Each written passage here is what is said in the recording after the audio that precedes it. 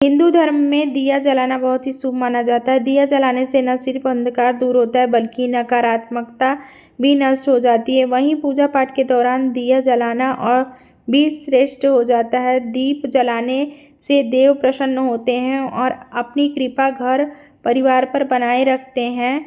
यही कारण है कि पूजा पाठ के अलावा नियमित रूप से सुबह और शाम के समय दीपक जलाने के लिए शास्त्रों में कहा गया है। हालांकि संध्या काल के समय दीपक जलाते हुए अक्सर लोग गलती कर देते हैं। अनजाने में शाम के समय जलने वाले दीपक को ज़्यादातर लोग रात में जलाते हैं। आइए जानते हैं कि रात में क्यों नहीं जलाना चाहिए दीपक। शास्त्रों के अनुसार दो तरह की पूजा होती है, एक होती है सात्विक और दूसरी होती है तांत्रिक। सात्विक पूजा हम जैसे लोग करते हैं, गृहस्थी होते हैं। वही तांत्रिक पूजा तंत्र मंत्र करने वाले तांत्रिक या अघोरी करते हैं। सात्विक पूजा का समय सुबह ब्रह्म मुहूर्त से सूर्यास्त तक का होता है। इसके बाद तांत्रिक पूजा का समय शुरू होता है। ऐसा इसलिए क्योंकि सूर्यास्त के बाद देवी देवता विश्राम करते हैं और निद्रा में होते हैं। ऐसे में सूर्योदय से लेकर सूर्यास्त तक के बीच में ही दिया जलाना चाहिए। सुबह पूजा के समय दीपक जलाना चाहिए और फिर संध्या काल की आरती के लिए दिया जलाना चाहिए। रात में दिया जलाना निषेध है। शाम के समय दीपक तब जलाना चाहिए जब सूर्यास्त हो रहा हो। सूर्यास्त के बाद दीपक जलाना तांत्रिक क्रिया के अनुरूप होता है, जिसका फल नहीं मिलता है। वहीं देव सोने के बाद दिया नहीं जलाना चाहिए। एक बार सूर्यास्त हो गया और देव सो गए, उसके बाद दीपक जलाना एक तरह से उनके विश्राम में बाधा डालने के समान है। यही कारण है कि हिंदू धर्म में रात को दिया जलाने की सख्त मनाही है। अगर आप भी रात के समय दिया जलाते हैं तो इस वीडियो में दी गई जानकारी के माध्यम से यह जान ले कि आखिर रात में दिया जलाना चाहिए या नहीं। तो दोस्तों, ये थी शाम के समय दिया जलाने की बातें, और हम आगे इस वीडियो में जानेंगे कि अगर हम घर में दीपक जलाते हैं तो हमारे दीपक में किस प्रकार का लौ निकल के आता है जलने के बाद। तो वीडियो को पूरा देखें और वीडियो को लाइक करके कमेंट में जय श्री हरि विष्णु अवश्य लिखें। रोज़ाना पूजा करने के बाद भगवान के सामने दीपक जलाया जाता है। जब हम रोज़ाना भगवान की पूर्ण श्रद्धा से पूजा करते हैं तब भगवान की तरफ से भी हमें कई संकेत मिलने लगते हैं। हालांकि ये संकेत सभी के समझ में आए या सभी को मिले ये अनिवार्य नहीं है। हमारे ज्योतिष एक्सपर्ट बताते हैं कि भगवान की नियमित पूजा करने से वह प्रसन्न होते हैं और भक्त को अपने प्रसन्न होने का संकेत भी देते हैं। यह संकेत मुख्य तौर पर दीपक के माध्यम से ही हमें मिलते हैं। दीपक जलाने के बाद जब बत्ती में लौ उठने लगती है तब दीपक की उस लौ में अनेकों प्रकार की आकृतियां उभर कर आती हैं जो भगवान के विभिन्न संकेतों को दर्शाती हैं। कभी दीपक की लौ में फूल बनता है तो कभी त्रिशूल। ऐसे में चलिए जानते हैं इन आकृतियों द्वारा मिलने वाले संकेत का अर्थ क्या होता है। दीपक की लौ में फूल बनना।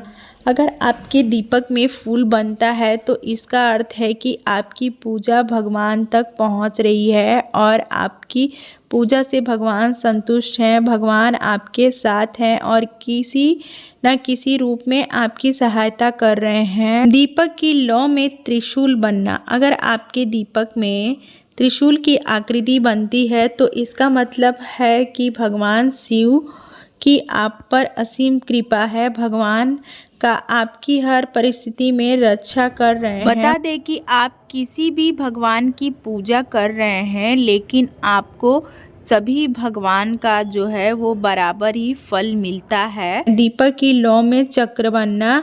अगर आपके दीपक में चक्र की आकृति बनती है तो इसका अर्थ है कि आपके जीवन में ढेर सारी खुशियों का आगमन होने वाला है। आपको न सिर्फ धन लाभ हो सकता है। दीपक की लौ में मोर पंख या बांसुरी बनना। दीपक में मोर पंख या बांसुरी बनने का अर्थ है कि श्री कृष्ण का आपके प्रति अपार प्रेम और आशीर्वाद। इसके अतिरिक्त इन दोनों आकृतियों का ये भी मतलब होता है कि आपको जल्द ही अपने शत्रुओं से छुटकारा मिल जाएगा और आपके वैवाहिक जीवन में मधुरता घुलेगी।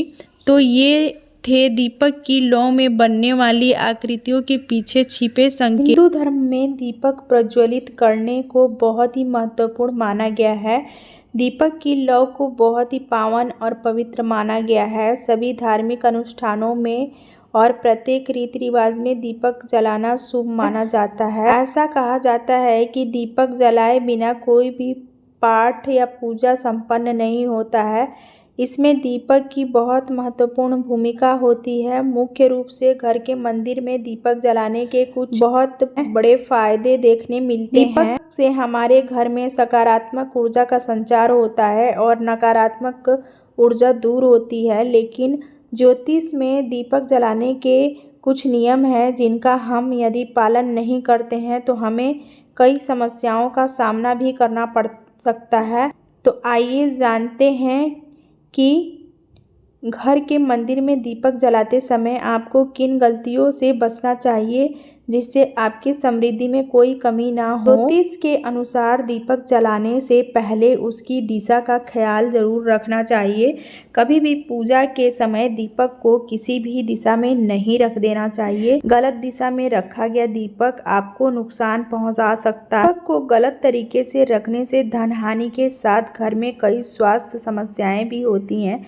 मंदिर के पास दीपक जलाने के लिए हमें हमेशा पश्चिम दिशा का ध्यान रखना चाहिए। इस दिशा में दीपक रखना पॉजिटिव एनर्जी को आकर्षता है। मंदिर में दीपक जलाने के नियम। घर के मंदिर में भगवान के सामने आप 2 तरह के दीपक जला सकते हैं।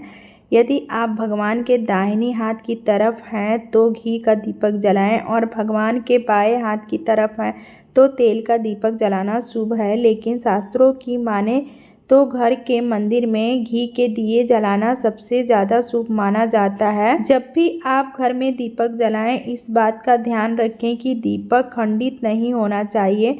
ऐसा माना जाता है कि खंडित यानी टूटे हुए दीपक का इस्तेमाल घर में नकारात्मकता का संकेत देता है। यदि आप किसी मनोकामना की पूर्ति हेतु दीपक जला रहे हैं तो खंडित दीपक जलाने से इसकी पूर्ति नहीं होती है। ऐसे दीपक का इस्तेमाल करने से माता लक्ष्मी नाराज हो जाती हैं। ऐसा माना जाता है कि घी का दीपक भगवान को समर्पित करने के लिए जलाया जाता है, वहीं तेल का दीपक अपनी इच्छाओं की पूर्ति के लिए जलाया जाता है।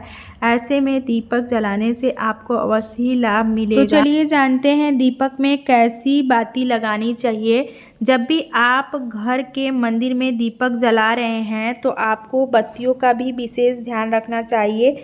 जब आप घी का दीपक जलाएं तो फूल बाती और तेल का दीपक जलाएं तो खड़ी हुई लंबी बातियों का इस्तेमाल करें। दीपक की बाती की दिशा हमेशा भगवान की तरफ के ठीक सामने होनी चाहिए। इससे आपकी मनोकामना जल्दी ही पूरी होती है। ज्योतिष में हमेशा सीधी बातियों का इस्तेमाल करना ही बेहतर होता है। तो दोस्तों, हमने इस वीडियो में काफ़ी सारी जानकारी दी है दीपक से रिलेटेड। तो अगर आज की वीडियो आपको पसंद आई है तो वीडियो को लाइक अवश्य करें और कमेंट करके हमें ज़रूर बताएं कि हमारी वीडियो आपको कैसी लग रही है और कमेंट में जय श्री हरि विष्णु अवश्य लिखें। चैनल को सब्सक्राइब करें और सब्सक्राइब करने के बाद बेल आइकन को प्रेस करें ताकि हमारी वीडियो की नोटिफिकेशन आप तक पहुंच सके। तो मिलते हैं अगली वीडियो में।